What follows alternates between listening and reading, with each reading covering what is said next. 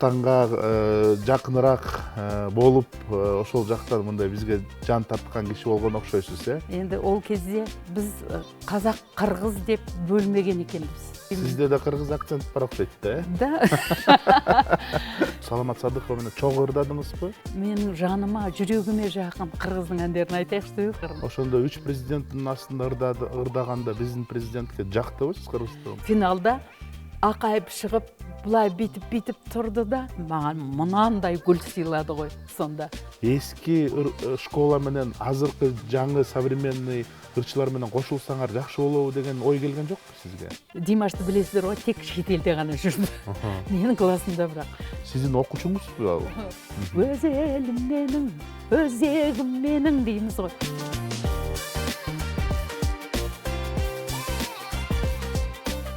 Саламатсыңарбы, урматтуу эксклюзив KG каналынын көрөрмандары. Бүгүн бизде дагы бир эксклюзивдүү маек.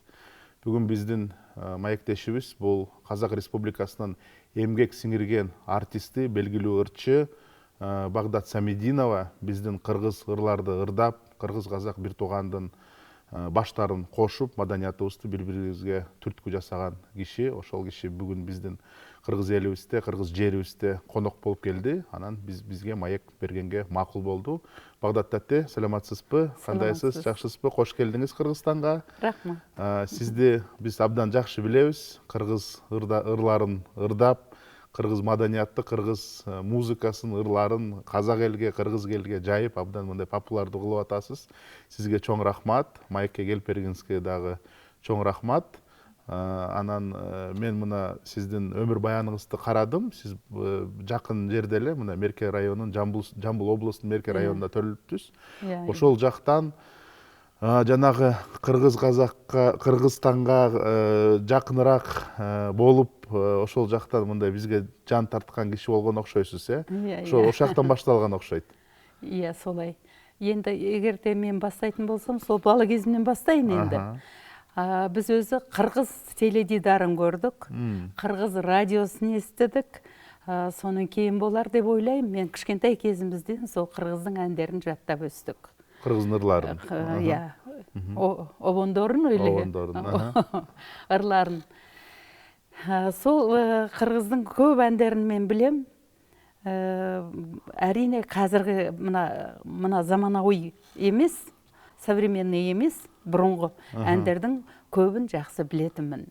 Енді ол кезде біз қазақ қырғыз деп бөлмеген екенбіз. Біз ол кезде тек кім жақсы болса, соның қалай дейді, сонымен доспыз. Менің туысқандарымның ішінде қырғыз әжелеріміз, қырғыз апаларымыз, біздің елге тұрмысқа шыққан апаларымыз көп болды. Менің өзімнің бір туысқанымның апасы Жарқынай деген. Ал кіші де сол қырғыздың қызы, бірақ қазақша. Өлгенше ол кісі қырғыздың акцентімен сөйлейтін. Солай болды. Енді менің ағаларым осы университетте, Ильяс Егенбердиев деген, осы университетте география пәнінен сабақ берді. Осы жерде тұрды, қазір бір баласы осында. Сондықтан біз қырғызбен сондай етене жақынбыз. Кыргыз радиону, кыргыз обондорун ырларын уктум дедиңиз. Ошол эски ырлардан эң сиздин сүйүктүү ыр обонуңуз кайсы болду эле? Ең сүйүктүү болгондо мен енді Алматыга окууга бардым ғой. Енді ол кезде сүйүктүү, не сүйүктүү бәрін айта береміз ғой четимизден. Алматыға барған кезде мен бір жақсы педагогтың қолына түстім. Осы мына Дінішевті танисыздар, Әлбек Дінішевті, соның педагогы. Мен как раз тур соғын бардым. Ол кісі мені таңдап алды. Сол кезде маған сен қырғызсың ба дейді ғой.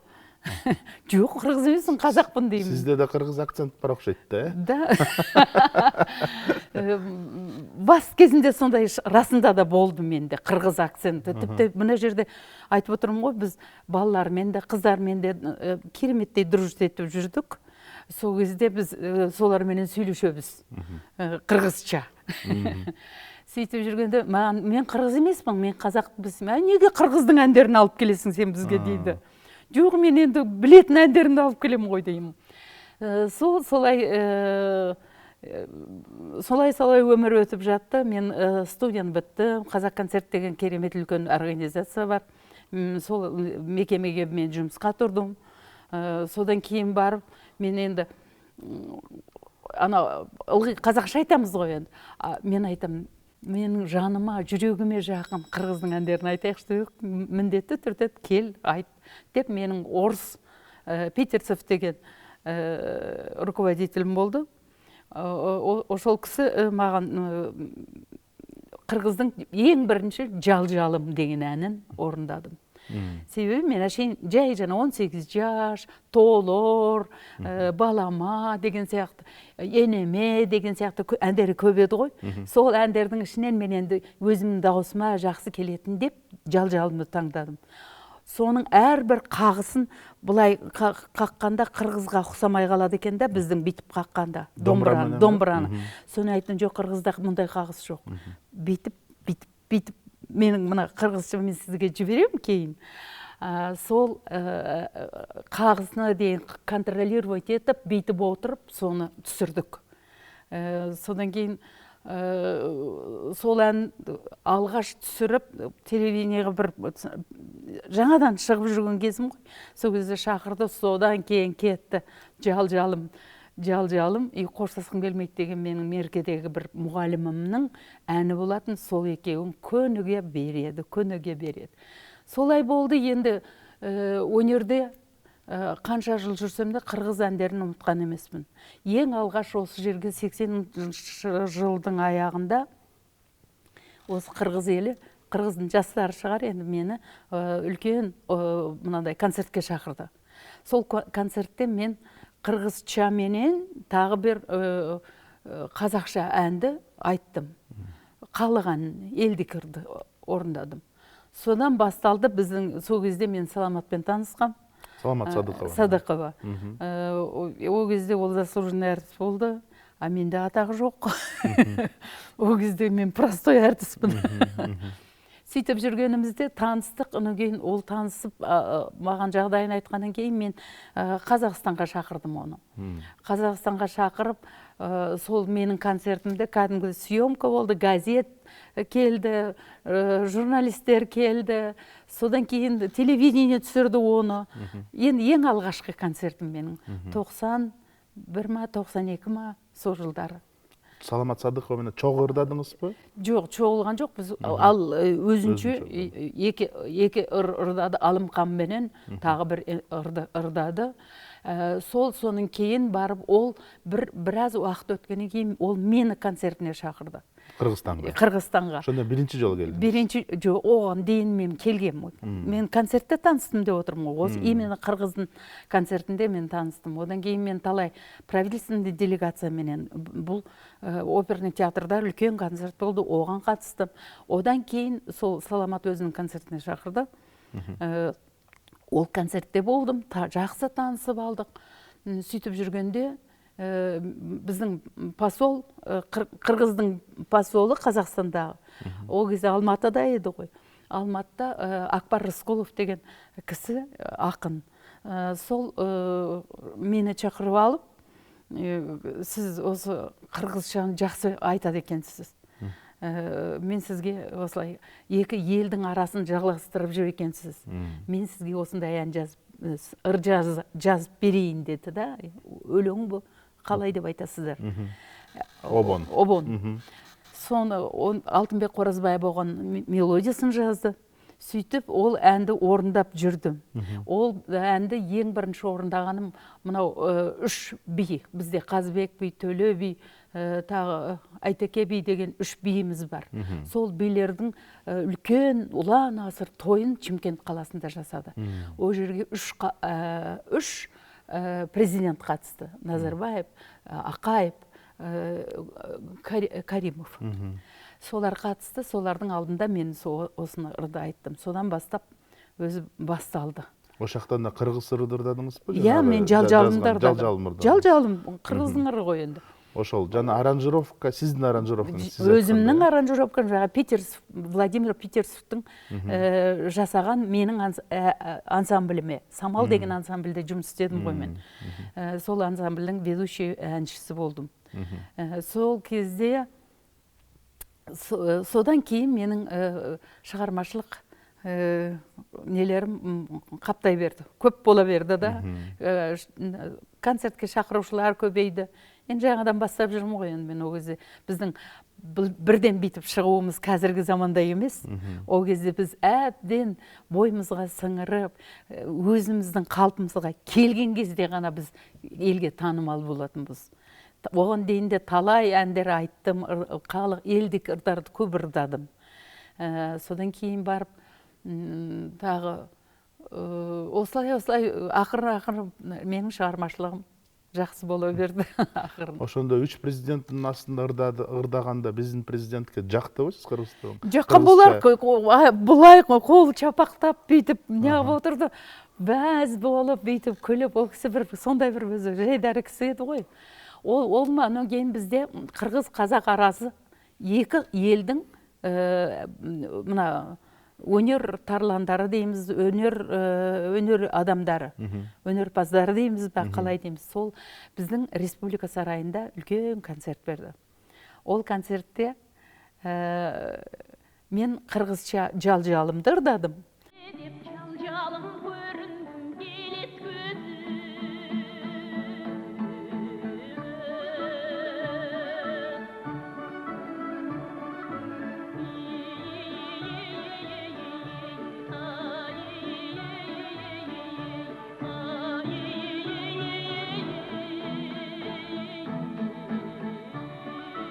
Андан кейін Сарыарқа деген ән пайда болды менде. Қазақ ыры. Қазақ ыры Сейдолла Бәйтерековтың, Шөмішбай Сариевтің сөзіне жазылған бір Сарыарқа деген даланың кеңдігі, дарқандығы, даланың кереметтілігін айтатын сондай бір ән пайда болды менде. 91-92 жылдары.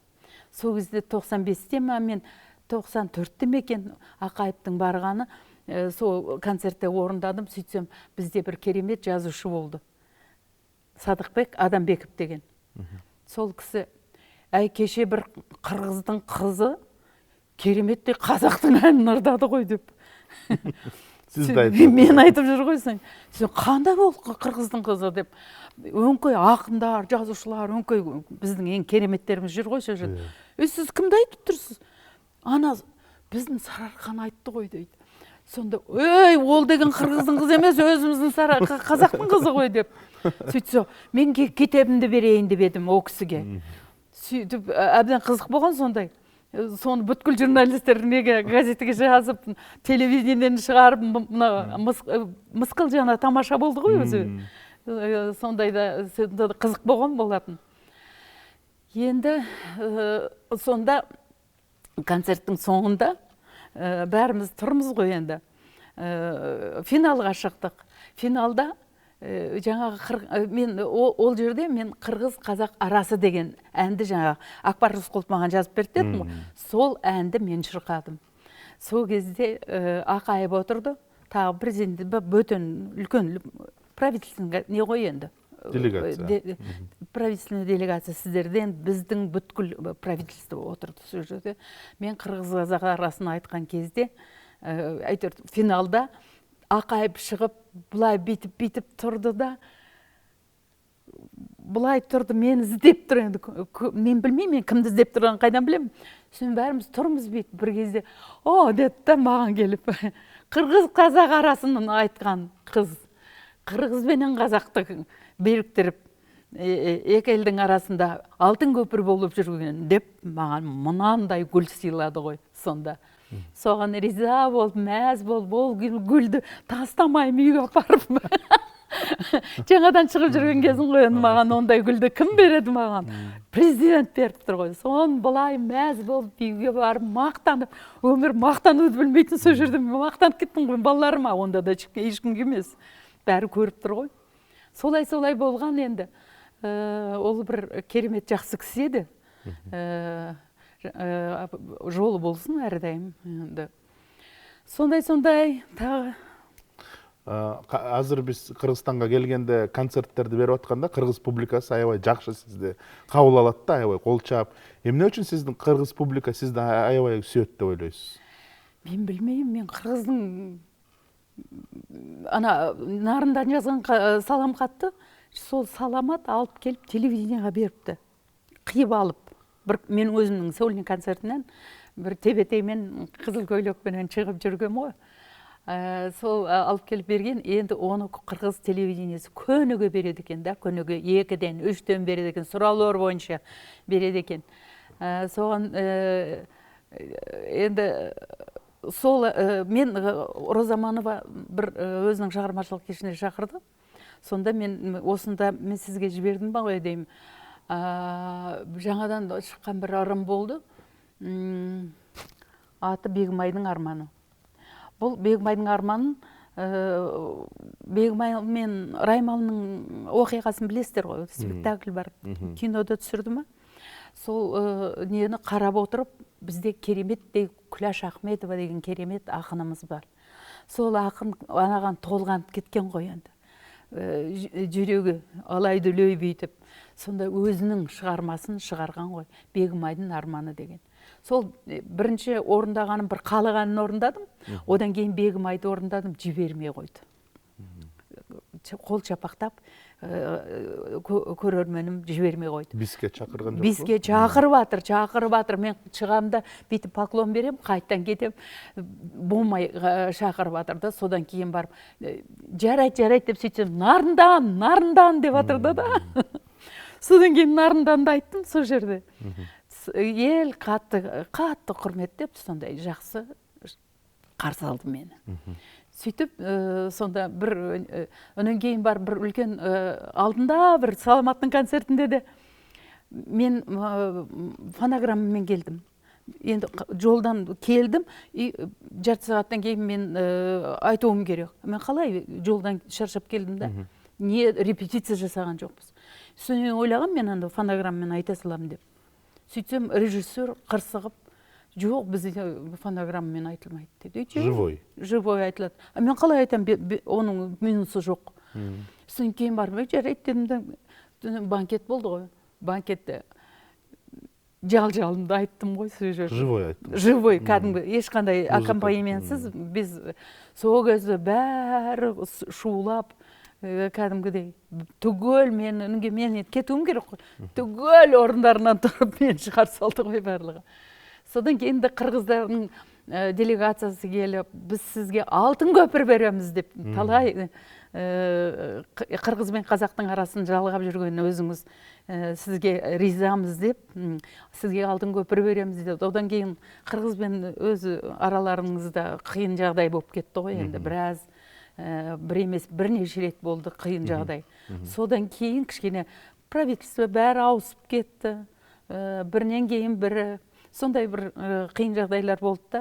Ол барлық мемлекетте болды ғой, бірақ енді кішкене сіздерді айтып атқаннан кейін соны сіздердің жағдайларыңызды айтып атырмын ғой енді. Жалпы қанша қырғызы ырдадыңыз? Мен көп білетімін қырғыздың әндерін. Жоқ, жаңағы концертке шығып, ютубқа шығарып дегендер. Ютубқа соны шығармаппын мен. Жал-жалым ғана. Жал-жалым жана. Нарындан. Өнен кейін барып тағы. Нарындан жоқ ютубта. Нарындан жоқ па? Нарындан жоқ.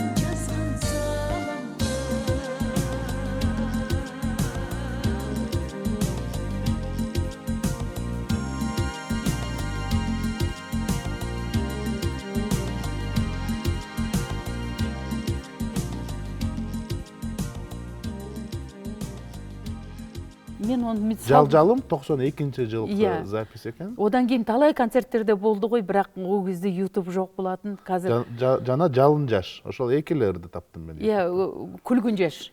Күлгін жаш, Ол жалын жаш. мен енді концерттерде айтып жүрмін оны, постоянно айтып жүрмін концерттерімде.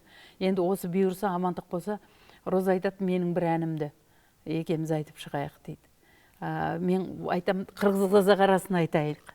Оны да бір жаңартып, қайттан жасап, соны айтайық деймін да. Енді оны уақыт біледі. Алдағы уақытта мен үлкен концертімді бермек ойым бар. Сол концертте шақырамын енді. Кыргызстанда үлкен концерт бересіз бе, же Қазақстандан бересіз бе? Кыргызстанда енді білмеймін, сіздерде қандай жағдай қандай, мен білмеймін ғой. Азыр жағдай жакшы эле. Жақсы, ал концертке келе ма, келмей ма, мен келіп алып жарты зал болып отырса, мен бір түрлі болып қалам ба деген сияқты өзімше ойлап. Ал мен бір келгенімде жақсы зал тола болған. Онан кейін тағы бір концерттерге келіп жүрмін ғой, енді ол ұйымдастырушылар өздері ұйымдастырады ғой, мен емес. Розаның концертінде де керемет полный зал болды.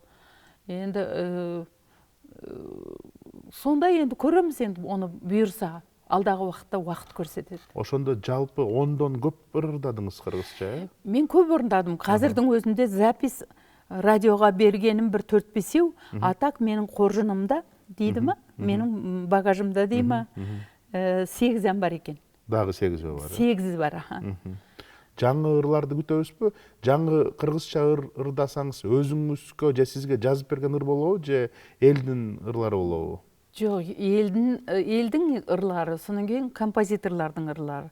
Мен бір жолы келіп, қырғыз әндерін іздеп келдім. Бәрібір қазіргі әндерге қарағанда бұрынғы әндердің мелодиясы да жақсы, бай сондай мелодияға. Менің жаныма жақын.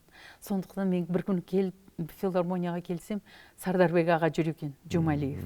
Сол кісіге жолығып, содан кейін мен сіздің осы сар челегін айтам, одан кейін осындай айтам деп, мынандай, ой аға, мен бұны да білем. Сен менің жазылған ырларымсың, сен менің айтылбаған сырларымсың деген әнді. Осыны айтам деп, о кісіні егілап, көзінен жас келіп, Үйбай, сен әдем айтады екенсің, айтшы осыны, кейін шақырам мен сенің концертіме деді. Енді білмеймін, түрлі жағдайлар болды, ол кісі бір ауырып қалған ба, бір кейін сол шақырам деп жүргенде. Болмады енді, бір жағдайлар болды, одан кейін Қайрат телевидениенің бастығы болды, ол мені бір шақырды. Онда бір, біз қазір мода болды ғой, гонорар төле деп. Сөйтіп айтып едім, кішкене неғып қалды ғой деймін. Білмеймін, енді әйтеуір бір болмай қалды сол. Кейінгі кезде. Мен азыр түшүнгөнмүн, сиз Саламат Садыкова менен Роза Аманова ырчылар менен кабарлашып турасыңар. Дагы кыргыздын кайсы ырчылар менен кабарлашып турасыз? Мен көбінесе қазір Роза Аманова мен өте тығыз байланыстамын. Себебі ол бізге барады, мен күтіп алам. Ол мен мұнда келем, мен төркініме келгендей, төркін дегенді білесіз ғой, иә? Төркініме келгендей болам ғой, мен бір сіңдіңдің үйіне келгендей болам, тура. Мен жай барақат кереметтей. Оның адамгершілігі деген өте жоғары адам. Өткенде Қырғыздың 30 жылдығына келдім, мені төбесіне көтеріп, өзінің үйіне апарып, мені бар жағдайымды жасады, шығарып салды. Сондай адам ғой енді. Мен сонымен кейін Динара Ақыловамен бір сапарла не болдық. Концертте бірге, бірнеше рет бірге болдық. Шай ішкен кезіміз болды. Содан кейін біраз әншілерін көп білуші едім, енді көп мына сіздерде пуш болғалы біз қарым-қатынас азайып қалды. Бірақ дегенмен бұл барады, Роза барады, консерваторияны докторантурасын ба, магистратурасын да бітірді. Сол үшін ол жиі барады ғой, сол жиі барған кезде біз енді қаумаласып, бүйтіп, құшақтасып, сүйісіп, чай ішіп, мәз болып қаламыз. Естелігімізді айтып, баяғы бірге жүрген кездерімізді айтып, ескі заманды естеп, сол мәз болып отырамыз. Алғачкы пландар жөнүндө айтсак, ошол Динара Акулова болобу, Роза Аманова болобу, алар менен бир дуэт менен ырдаганга планыңыз жокпу? Планым мен айтып отырмын ғой. Динара менен айткан жоқпын, ол бір концертке шақырды. Содан кейін біздің кішкене арамыз көп концертке келмедім. Бұлай көп кісілер де концертке шақырып тұратын. Жаңа сол ойлады ғой деймін, гонорар сұрайды деп қорқады. Ал енді достарым шақырса, неге мен гонорар сұрамаймын да ғой. Ал енді Роза менен жақсы қатынастамыз. Мүмкін общий бір клип тартасыңар. Біз енді бұйырса, амандық болса, біз екеуміз қосылып, жаңағы дуэт айтамыз ба деген ойымыз бар. Ойымыз бар. Енді оған дейін мен шақырам, ол қонақ ретінде өзі келіп выступать етіп кететін. Енді қазір көреміз. Оны уақыт көрсетеді. Азыркы заманда жаш ырчылардағы аябай катуу кетип баратат. Қазақстанда мисалы үчүн Димаш абдан Қазақстанды көтөргөн киши болду. Бизде Мирбек Атабеков билесиз, Кыргызстанды көтөргөн. Мындай эл аралык деңгээлге көтөргөн. Славянский базарда. Ошол жактан дагы негизи мындай эл аралык деңгээлге көтөргөн ырчы. Анан ошолордун музыка менен мүмкүн алар менен дуэт кыласыңар, кошулуп силер мындай жана айтып атпайсызбы, эски элдин ырлары мындай кереметтүү болчу, бай болчу деп. Мүмкүн ошол дуэт кошулуп, эски школа менен азыркы жаңы современный ырчылар менен кошулсаңар жакшы болобу деген ой келген жокпу сизге? Енді ол мына заманның адамы. Димаш биздин эстрада кафедрасында, өнер университетинде окуду. Onun içinde эстрада кафедрасында. Onun içinde менин классымда. Сиздин окуучуңузбу ал? Енді окуушум дейм, бірақ Димашты билесиздер ғой, тек шетелде гана жүрдү. Менин классымда бірақ. Енді несин тапсырып кетет, әлгі экзамендерин тапсырып кетет, бірақ ол ылгый да ана шетелге кетти, мына шетелге кетти, сүйтүп жүргөнүндө ол окуду битирди.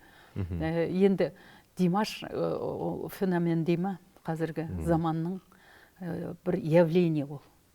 Жаңадан келген. Енді соншама октава диапазон менен ешқандай әнші, ешқандай ырчы болмаған. Енді болса бізде тағы бір сондай сопраномен айтатын бір кісі болған. Енді ол тек сол өзінің тесситурасында, өзінің несінде ғана айтқан. Ал Димаш болса ерекше адам ғой ол. Ерекше адам. Өзіміз мақтанамыз. Оның әке-шешесі де әнші, ырчы. Екеуі дуэтпен айтады, Света мен Қанат деген. Жақсы сыйласып тұрамыз. Димаштың ата-анасымен де, атасы енді былтыр қайтыс болды, 1 жыл болды. Ал енді Димаш қазір енді Қазақстанға үлкен концерттерге ғана келеді. Шетелде қазір Америкада оқып жатыр. Докторантурасын ба оқып жатыр әйтеуір. Сұраймыз, оқып жатыр деп келеді андасында, үйде бірге боламыз, қуанамыз, бетінен сүйеміз, мақтанамыз Димашымызбен. Әлемдегі бүткіл әлем мақтанып жатыр онымен. Бұлай жаңадан шыққан бұл нәрсе енді қалай дейді, ырчы. Сол жөнінде. Эми Димаш болбосо, мисалы үчүн Кайрат Нуртас менен. Енді Кайрат Нуртастар қазақ елінде ғана. Ал енді бұны әлемге танытып жатқан қазақтың тілін, қазақтың әнін, обондорын басқа елге, Америка, әнөгіні ғана Турцияда болып келді, Малайзияда болып келді, Индияда, басқа бүткіл елдер шақырып жатыр шетінен. Прагада болып келді. Сондай шақырулар оған көп болып жатыр. Ол енді қалай деп айтамын, Кайрат Нуртас ол біздің Қазақстанда ғана. Мен түсіндім. Мен айтып атқаным Кайрат Нуртас менен мүмкін дуэт қылып, эки школ қошылып, мындай пландар жоқ. Менің мектебім басқаша. Басқаша. Мен қазақи эстрадалық әндер айтам, бірақ бәрібір түбінде қазақтың үні тұрады. Ол жерде қазақтың музыкасы анық тұрады. Олар кейбірде шетелге еліктеп кетеді да. Сонысы мен шетелге еліктей алмаймын. Менікі қазақи. Қазақ әуендерін, қазақ композиторларының әндерін насихаттасам, халық әндерін көбінесе менің репертуарымда патриоттық әндер. Бүткіл композиторлар маған патриоттық әндерді алып келеді. Оның ішінде Нұрғыз Сәтлендиев деген кереметтей біздің білетін шығарсыз. Сол ағамыз мен өз елімде айтып жүргенімді естіп, сол кісінің әні ғой, композитор Нұрғыз Сәтлендиев. Сол кісіні естіп, мені шақырды. Оркестрге келіп, айтып берші маған, сен соны жақсы, соны нұрдайды дейді ғой деп. Содан кейін оркестрді сен тоналісің қандай деді. Мен айттым, соль мажор. Оркестр ре мажорды ойнайды. Алды да бүйтіп бір репетиция жасады, соль мажорды ойнап кетті ғой оркестр. Сөйтті да мен айтып бердім. Ертең жұмысқа келесің бізге. Болды. Жақты. Болды. Ағанда бірақ сөз бар. Великий адам болды ғой ол кісі.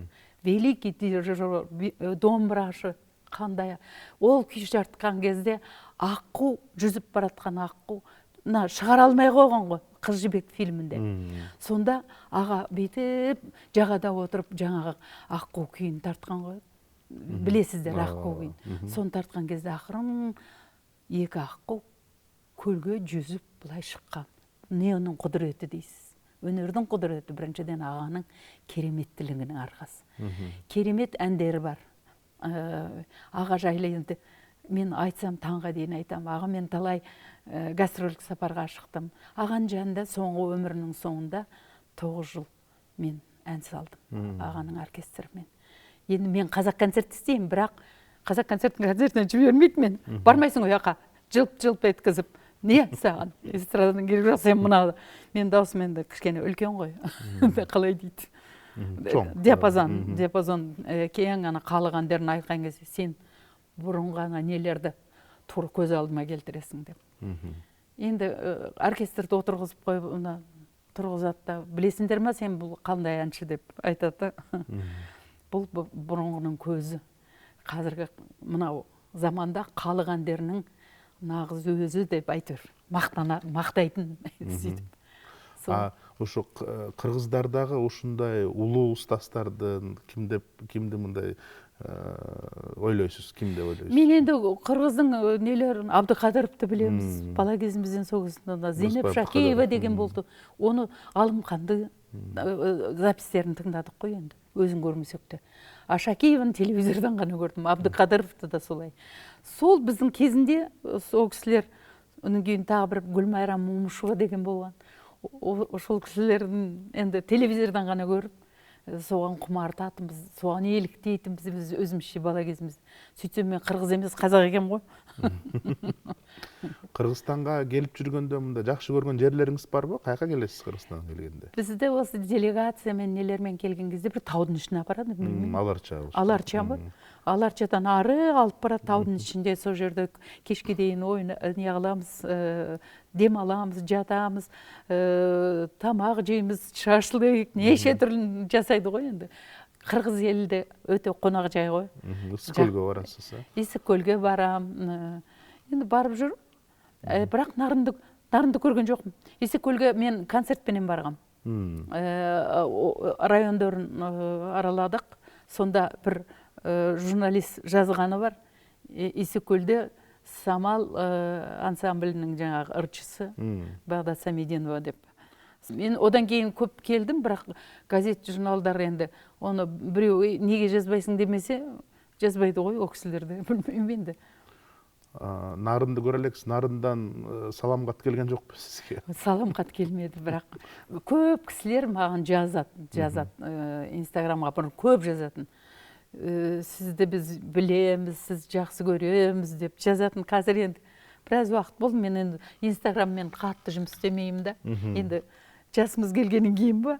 Мен байқадым, фейсбукта да мында активность жоқ екен. Активность жоқ, аға. Инстаграмда да жоқ, ютубта жоқ.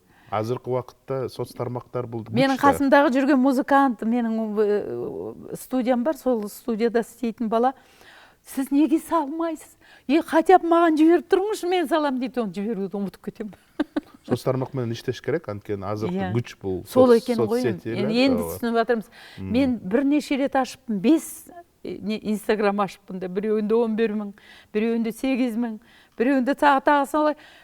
Ұмытып қалам әлгі. Оны бұрынғы заманның адамымыз ғой енді. Паролін ұмытып қалам. Сөйтемді қайттан жаңадан ашам. Олай істеуге болмайды екен ғой. Енді қазір көп болып қалушы еді, енді қазір енді қатты жұмыс істемеймін, шынымды айтсам. Біз әйтеуір елге барсам, бәрі танып, төбесіне көтеріп атады. Әне күні ғана осы Алматы облысын араладым, Жамбыл облысын араладым.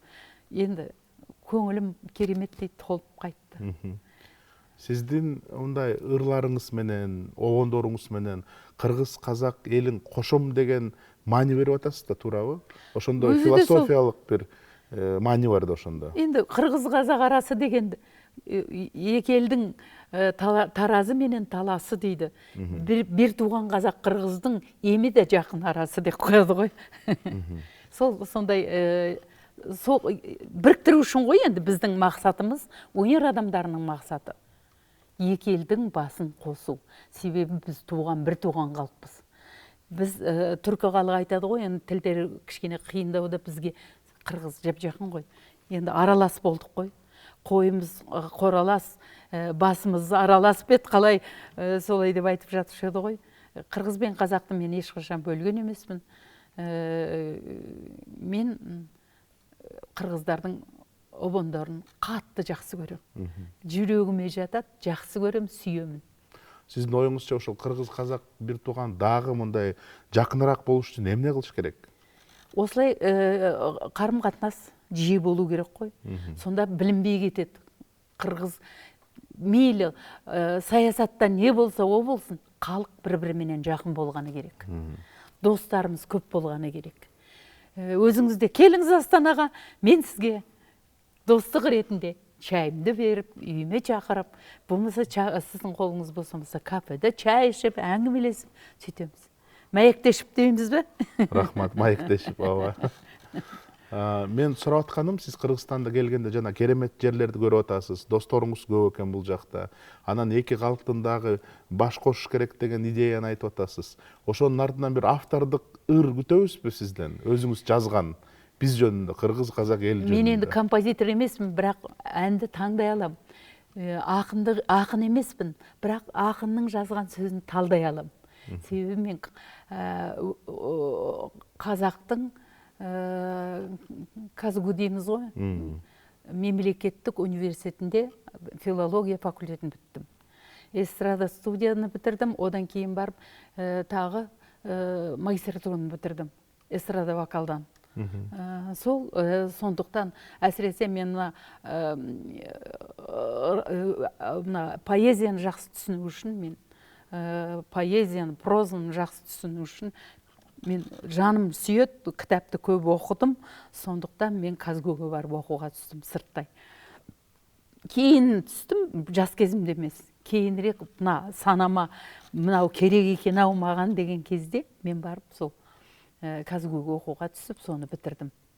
Ең башынан баштасақ, мына мектепте эле сиз өзүңүздү ырчы катары көрдүңүз да, кантип музыкага келдиңиз? Мен музыкага келгеним, мен чечем Жыргаш деген чечем, менің анам дейм ба, чечем дейм, энем. Сол киши жакшы ырдайтын. Бірақ кыргызча ырдаганын көрмөдүм, эстибедим. Ал мени ылгый кичкентай кезимде конокко барса, менің кара кызым кичкентай. Қазір ырдап берет сіздерге деп. Сізді ырдатчы? Мен ырдатчы. Сол одан кейін мен енді мектепке бардым ғой. Мектепте ылғида көркөмөнөрпаздар үйірмесі деген болады ғой. Сіздерде қалай дейді? Көркөмөнөр, мына хор, кружок дегендер болады ғой. Соған қатысатынмын. Сонда мұғалімдер маған көбірек көңіл бөліп, сенің даусың жақсы деп, хорда тұратынбыз ғой. Жоқ, сен жеке айт деп. Соло. Ананың соло айтатым ғой. Ананың ішінде бақырып қатты айтатым болу керек. Даусым қатты шығатын болу керек. Соған қарағанда менің мұғалімім, ұстазым дейм ба, сол кісі бөлек әндер үйрете бастады. Сөйтіп, ол кезде тағы да сол қырғыздың әндерін айтам ғой. Мектепте жүргенде. Кейіннен біз 7-8 классқа барғанда ма, 6 классқа барғанда ма, әйтеуір бізде бір оқу бітіріп, бір жас мұғалім келді. Аккордеонда ойнайды. Сондай бір жақсы кісі болды, сол кісі өздерінің әндерін көп үйретті. Қырғыз бөлі? Қырғыздың да әндерін айттым, кішкене орысшаны үйретті, одан кейін барып өзінің әндерін үйретті да. Көп қоштасқым келмейді деген. Қоштаспа жаным, қоштасқым менің келмейді. қоштасып сондай бір әдемі бір керемет әні бар. Қазір барған жерімде сол ырды ағамыз пандемиядан қайтыс болып кетті да, аялы келіп, мен қолыма сақина салып, мен ол кісіге чапан жауып, сондай бір ағамызды еске алып, ағаның әнін айттым. Оны мен жай әшейін айтып бердім. Осындай ән болып еді ғой, ағада, мен ең алғашқы. Биринчи ағаңыз ошол болгон турбайбы ошондой? Енді өнердегі, оған дейін де бір кісі болды.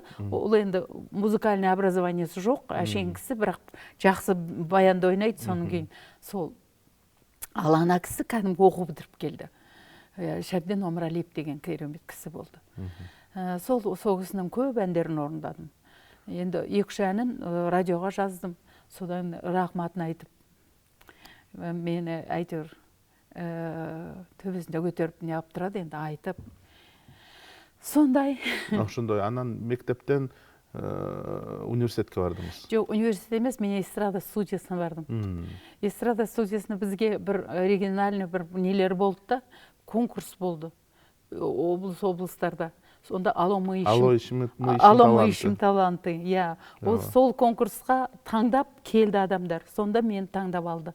Бізде көп әнші қатысты, бірақ мен таңдап алды да, неге шақырдым. Мен «Алло, мы ищем таланты»да болдым.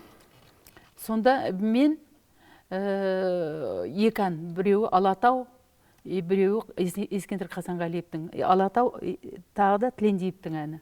Нұрғиса Тілендиевтің. Анау Ескендір Хасанғалиевтің әні. Екі ән орындадым. Мен лауреат атандым сол жерде. Сонда Жемпида музыкальный факультет бар ғой, соған шақырды. Сол енді экзаменге келген кезде олар Москваға кетіп қапты. Бірақ тапсырып кеткен ғой, мен оны бармағам. Сонда бір сабақтан 3 алып қалдым. Не сабақтан? Есімде жоқ қазір. Бір сабақтан 3 алдым қазір. Сонда мен жарты балым жетпей қалды. 16 жарым болды менікі, 17 мен өтіп атты елдер.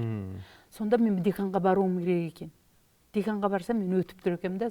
Енді тағдыр ғой. Мен алдым да жүгіріп барып, өтпей қалғаныма не алдым да жүгіріп барып, алдым да студияға кетіп қалдым. Эмоция қалдырдыңыз ошондой?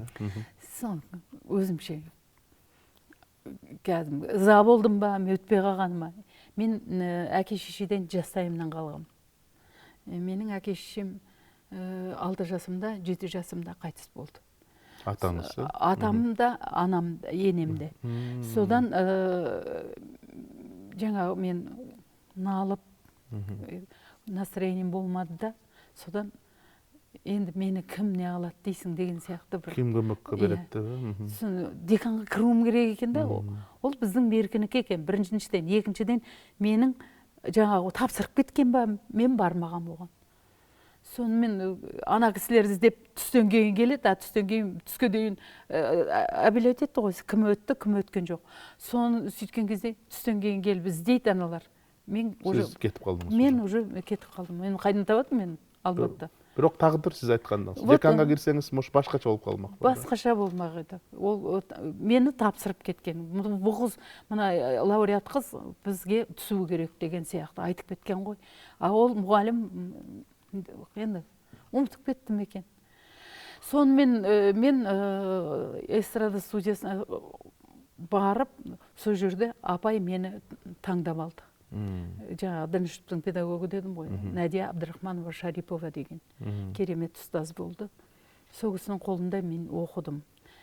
Көп, сондай интеллигентный, сондай бір керемет татарка болды. Сондай мықты кісі болды. Ол кісіден бәрі былай қарайды, ол кісіге басқаша. Енді сондай бір интеллигентный, сондай бір жақсы адам болды. Сондықтан мен бақыттымын. Сондай адамдардың қолында. Одан кейін барып, мен Қазақ концертке бардым, о жерде бір народный артистка, сен маған шәкірт боласың, деп Рабиға Есімжанова деген. Ол кісі шәкірт қылам, мен сен басқаға бармайсың деп, ол маған талас басталды. Сосын мен сөйтіп Қазақ концертте ән айтып жүргенімде, жаңағы өз өлімді естіп, Нұрғисаға шақырдым. Нұрғисаға қатар істедім мен Қазақ концертте де, ана жақта, бірақ ол жақта мен айлық алуым керек екен ғой, мен қарамаппын соған. 9 жыл мен бесплатно солармен бірге жұмыс істеп жүрдім. Маған ағаның әрбір несі, тәрбиесі, мен сол үшін бақыттымын. Ағаның айтқан сөздер, ағаның үйіне алып кетеді. Мына анды бүйтейік, мына обонды солай жасайық деген сияқты. Мен сол кезде ағаға айтып жүргем, аға Қырғызстанға бармаймыз ба деп. Сонда аға айтқан, давай бір қырғыздың жақсы бір әнін. Сонда мен күлгін жашта. Алымхан ба еді? Алымхан или күлгін жаш бар ғой, соның. Ол Алымхан. Алымхан. Тағы біреуі бар. Ұмытын қырақ қаптың кішкене.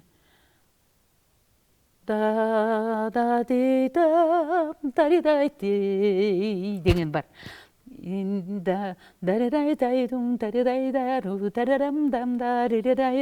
Осын білеміз, естуіңіз бар шығар.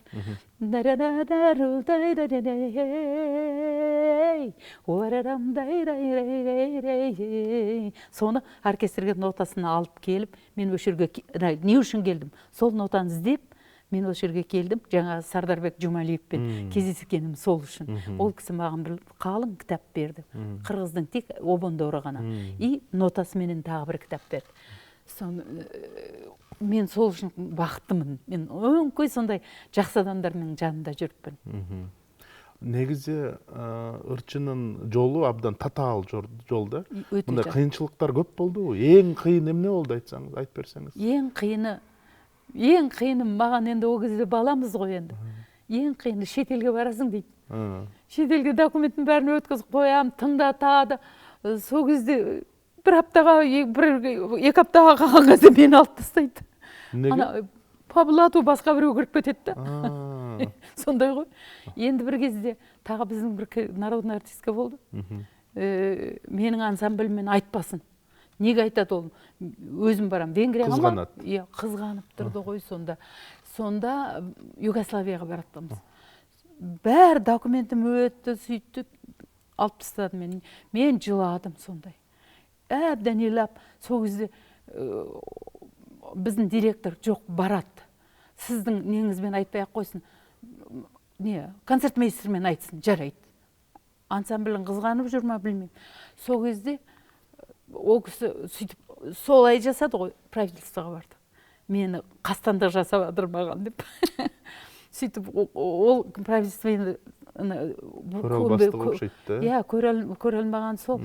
Ол кісі правительство айтыпты аналарға, ол келсін, ол қыз барсын, ол сондай ырчы деген ғой. Содан СДС бар еді ғой Москвада бұрын. Центральный сондай шетелге жіберіп тұратын солар болатын. СДС-дан 3 кісі келді. Маған қастандық жасап жатыр бұлар дегеннен кейін.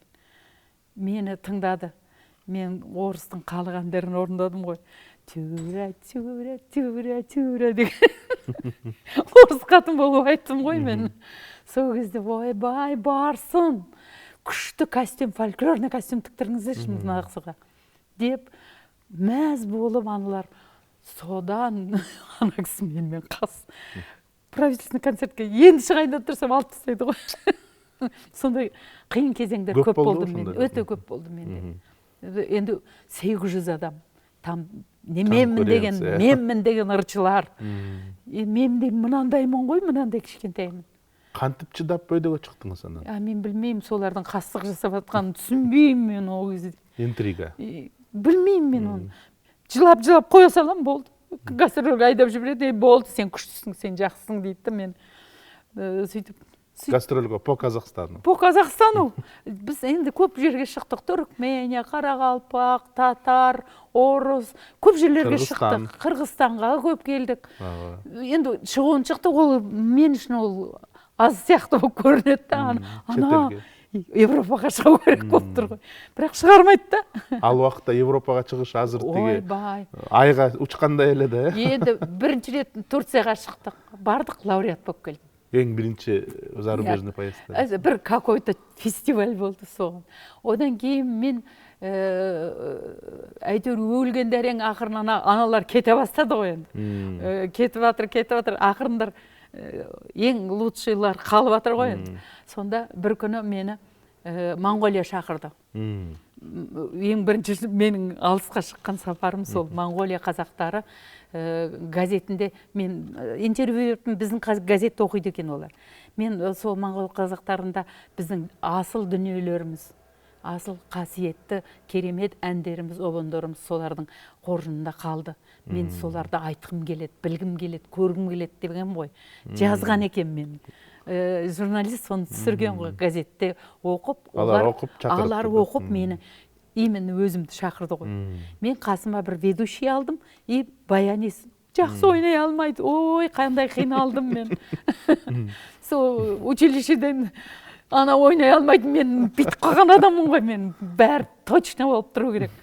Ана күніне 2 концерт беремін, 3 концерт, 15 концерт беріп келдім. Сонда қасымда жаңа ведущиймен екеуі ренжіп, ана ақшаның бәрін бүткіл Семей Невада деген қор ашылды. Сол кезде Семейден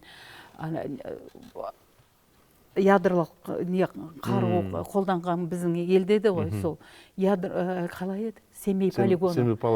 Семипалатинск. Сол Семей полигонын жабу үшін шу шығып жатқан болатын. Сол кезде Олжас Сүлейменов кәдімгідей шу шығарып, кәдімгідей қозғау салды.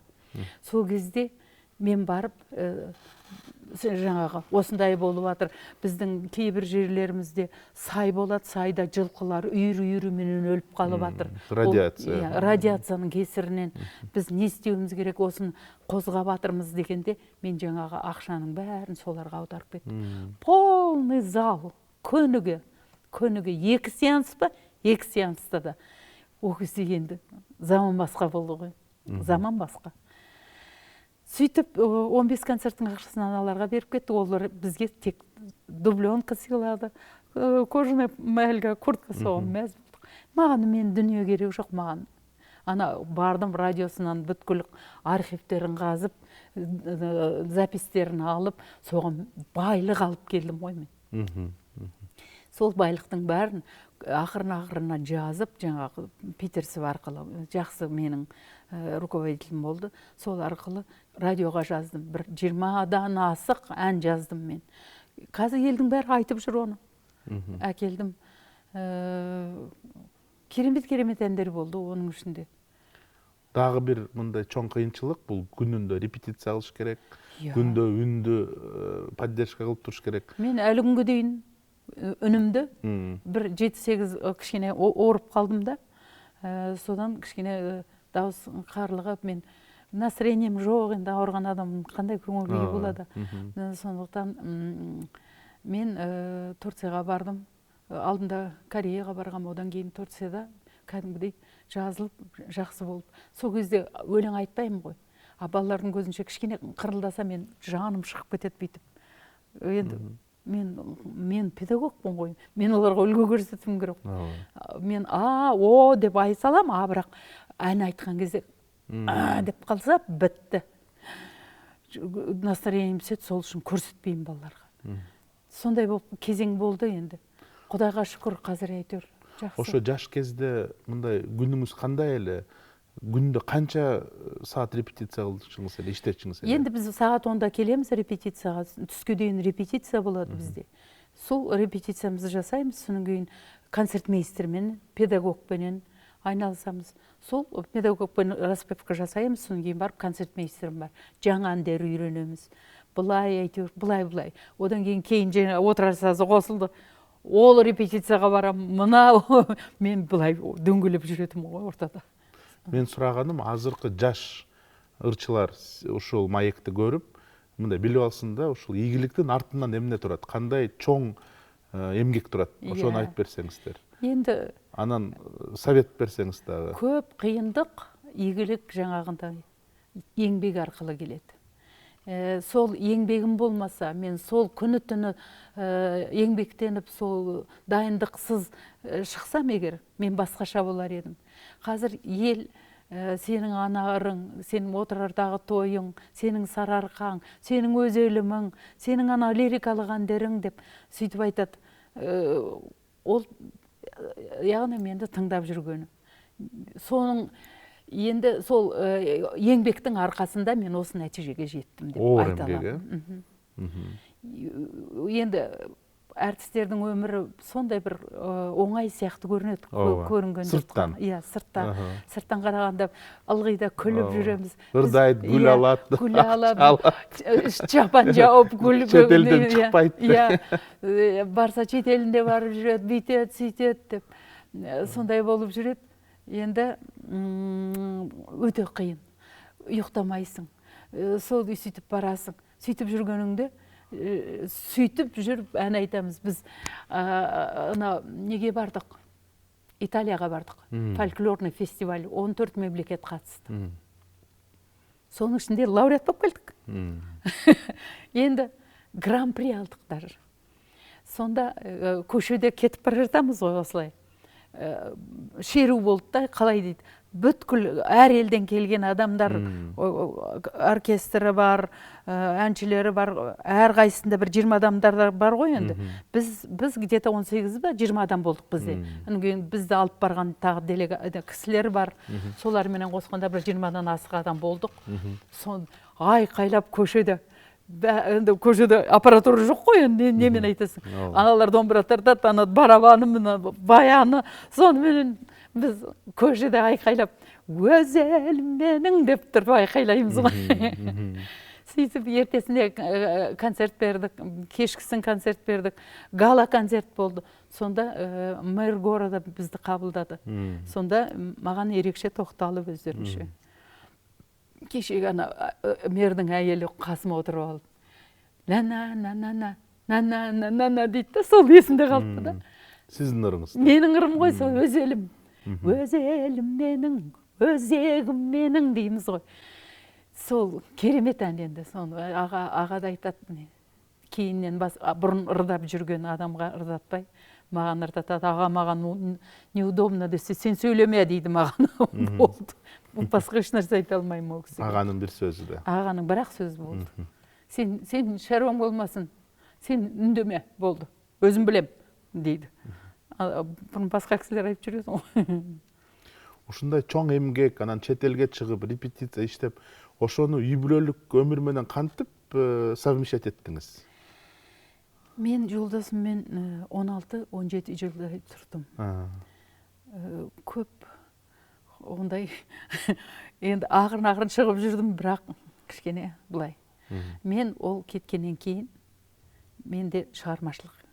Ана радиоға барсаң да енді білесіз ғой енді. Ер адамның телевидениеге көп барсам да ана телефильм артымнан жүгіріп жүрді, түсіру керек сені деп. Мен қашам, құрсын оны мен ол түсірсе тағы вообще бәлеге қалатын шығармын. Сондай болып жүрген кезде кеттік, жараспадық енді. Содан кеттік. Ошоның артынан жараспай қалдыңыз ба? Сол көп, 17, енді күніге бір нәрселер болады ғой енді. Бір нәрседен емес қой, бірнеше. Біраз нәрседен кетеді ғой. Жай бір қабақ шытқаннан, болмаса бір ұрысқаннан кетпейді ешқашан еш нәрсе. Қайтсе де әйел адам отбасын сақтағысы келеді. Екі балам жетім қалмасын дейді. Әйел адам сондай ғой өзі. Үй болса, үй бүле болса, жақсы болса екен. Мен күні-түні жұмысқа барам. Мені алып кетеді концертпенен. Қаланың ішінде, оның бәрі ақша ғой. Сен неге бара бересің дейді. Ей, көке, мен енді ақша ғой, ол айлығың жетпей ма дейді. Сондай түсінбеймін да біздің. Эстрададан кет деген талап қойды өлі? Ондай, бірақ жоқ, дәл осындай талап қойған жоқ, бірақ мені сондай ұрсат, не алады, бірақ ансамбльдің басқа жігіттері отырады ғой өздерінше. Сонда мен мақтайды екен. Ол деген жандырады ғой. Ол деген бүйтеді ғой, қазір бәрін қолына алып алады деп. Өз құлағыммен естідім соны. Мен ана ұйықтап жаттырдым, төсекте ұйықтап жатсам, ол ана орыс жігіт, баянист, соған айтып отыр. Ана орыс жігіт айтады, ана у нас осындай, мұндай деп енді. Молодец ана. Енді бүткіл көрерменді бүйтіп қолмен бүйтіп жиырып алады. Ешкім просто так селқос қарай алмайды дейді да. Селқос это немқұрайды. Солай. Бирок үйдө отурсун деген ой болду да, э? Үйдө отурсун деген энем солай болду. Неге биз отуруумуз керек, бүйтүп ол келип жұмыс істеу керек деген сияқты ғой енді қазақтың. Қырғызда да бар шығар деп ойлаймын, иә. Қазақта да бар сондай. Тек маған ғана қызмет жасаса, сен бізде бір мақал бар, байтал шауып бәйге алмайды деген. Маған осы сөзді постоянно айтатын. Сондықтан енді солай болды менің тағдырым оның бәрі. Жақсы болсын, жаман болсын, мен осындай екі қыз тәрбиелеп, қазір екеуі де жоғары білімі бар, магистратураны бітірген, екеуінің қызметі бар, екеуі де телевидениеде істейді, үлкен старший редактор, біреу кәдімгі бүткіл келген программаларды, журналисттер бе? Журналисттер келген программаларды былай жөндеп, телен жөндейді, дұрыс оқымаса, оны қайта оқытады, сөйтіп барып, бәрін дұрыстаған кезде эфирге жібереді. Редактор. Выпускающий редактор. Выпускающий басқа бізде, анау кәдімгі тексеретін редактор. Бүткіл материалдардың бәрін тексеріп, соның қолынан өтеді да, неге выпускающийға жібереді. Сондай. Кіші қызым 24 KZ деген бізде хабарда сондай онлайн издание бар. Жоқ, кәдімгі сондай қалай дейді, телеканал бар. 24 KZ деген. Сонда менің кіші қызым көзі мынандай Марал Байғара деген. Сразу танисыз. Менің қызым, екінші қызым сонда. Диктор. Сондай. Музыкаға барышқан жоқ па қыздар? Кіші қызым барды, үлкен қызым домбырада ойнайтын. Кейін семьялы болды, тастап кетті кішкене. Қазір әйтеуір антансада шертіп қояды бүйтіп. Для себя. Для себя шертіп қояды. Ана қыз кәдімгідей бір топта, группада ән айтып жүрді. Содан кейін енді бір асқан емес болғаннан кейін мен керек жоқ дедім. Қажеті жоқ саған. Неге? Ішіне ол өнер жолы өте қиын жол. Қиын, өзім көп қиындығын көрдім. Бірақ сен ол қиындықты көрмей-ақ қой. Енді асып тұрған бір керемет болсаң, мен сені жіберер едім. Енді орташа оның қажетіне саған дедім, өзіңнің мамандығың таңда дедім. Тарих факультетін бітірді. Бірақ ылғи телевидение келеді, маған интервью береді ғой. Мынаның тілі жақсы екен деп, бір канал алып кетті, бізге шығып тұрсыншы, өзі программа ашып, сол жерден ашып берді, барлығын өздері жасап, тек анау жинақтайды да, жаңа программаны оқып береді. Содан басқа телевидение көрді, хабар шақырды, шақырды енді. Сөйтіп олардың жолы болып кетті, қазір Құдайға шүкір. Эми олардың жолы улуу, может быть, улуу, жақсы, чоң журналист болып кетер. Кім біледі енді? Бір Алла біледі оны. Эми акыркы суроом ушул кыргыз-казак мамилеси жөнүндө бир айтып кетсеңиз. Қырғыз бен қазақ, мен бағана айттым ғой, қырғыз бен қазақ ешқашан бөлінбеу керек. Бұлар дос қана емес, туыс. Себебі айтып отырмын ғой, менің аталарым, ағаларым, байкелеріміз дейміз бе, сол кісілер қырғыз қызына ұнатып, қырғыз қызын алып отқан, оның тіліне қызығатын. Енді біздің қазақтың қыздары, мысалы, менің өзімнің туысқаным, осы жерде жұмыс жасайды, мен оны ұмытып кетіппін ғой, звондайды. Сол менің сіңдім осы қырғыз жігітінде тұрмыста. Оның ағасы қырғыз қызын алып отыр. Құда Турбаев? Иә, құда. Жаңа айттым ғой, Егенбердиев Ильяс деген ағамыз Киргуда сабақ берді. Сол осында болғаннан кейін балаларының бәрі сондай жағдайға келді. Қырғызға үйленді, қырғызға тұрмысқа шықты. Енді одан артық не керек? Сол байланыс үзілмеу керек қой. Екі ел әрдайым мына достық бар жерде, ынтымақ бар жерде береке болады дейді. Сол береке екі елдің арасында бола берсін. Рахмат, рахмат. Маекке берген маегіңізге чоң рахмат. Сіздің дағы алдыдағы чоң үлкен концерттерді күтөбүз. Кыргызстанда күтөбүз, Казакстанда күтөбүз. Бул Рахмет. жака келсеңиз, биз дагы журналисттер колдоп берип, чагылдап беребиз. Рахмет. Ойлойм, ушундай жакшы эки өлкөнүн ортодогу маданият, ыр, музыка байланышуу мындай үзүлбөш керек деп ойлойм. Чоң рахмат сизге. Сизге де рахмет.